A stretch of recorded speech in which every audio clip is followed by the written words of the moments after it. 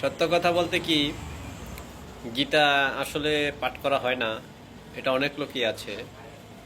এখন তো ভাই বাংলা গীতা, হুজুগে বাঙালি হয়ে আর কতদিন চলবেন? প্রয়োজন তো আছে নিজের কিছু জানার, নিজের কিছু শিখার, নিজের সন্তানকে, নিজের ফ্যামিলিকে একটু শিক্ষা দেওয়ার। গীতার আলোকে একটু গড়ে নেন না নিজের জীবনটা, নিজের সংসারটা, অনেকটা তো ভালো থাকবে। সবার ক্ষেত্রে এটা প্রযোজ্য।